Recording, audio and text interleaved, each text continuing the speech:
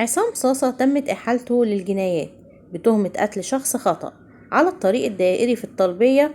جه القرار بعد ما ورد تقرير مصلحة الطب الشرعي بشأن إيجابية تعاطي صاصة المواد المخدرة وقت قيادته للسيارة وأثناء الحادث، وأثبت تقرير الطب الشرعي الخاص بالمغني وجود آثار لمخدر الحشيش ومشتقات من المخدرات والترامادول. أما بالنسبة لصاصة فهو خرج بكفالة قدرها 30,000 جنيه، وطبعا هو غادر البلاد ومش موجود في مصر حاليا لأنه مرتبط بحفلات في الإمارات.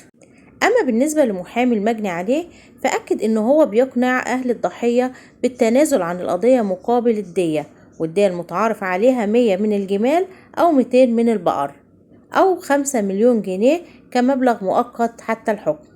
وقال إن ده شيء متعارف وموجود في القتل الخطأ، وطبعا مفيش أي شيء يغنيهم عن ابنهم أو يعوض ابنهم اللي مات، لكن ده شيء متعارف في وجود الدية في الإسلام، وده أقل ما يمكن تقديمه لأهل الضحية بسبب فقدانهم لابنهم.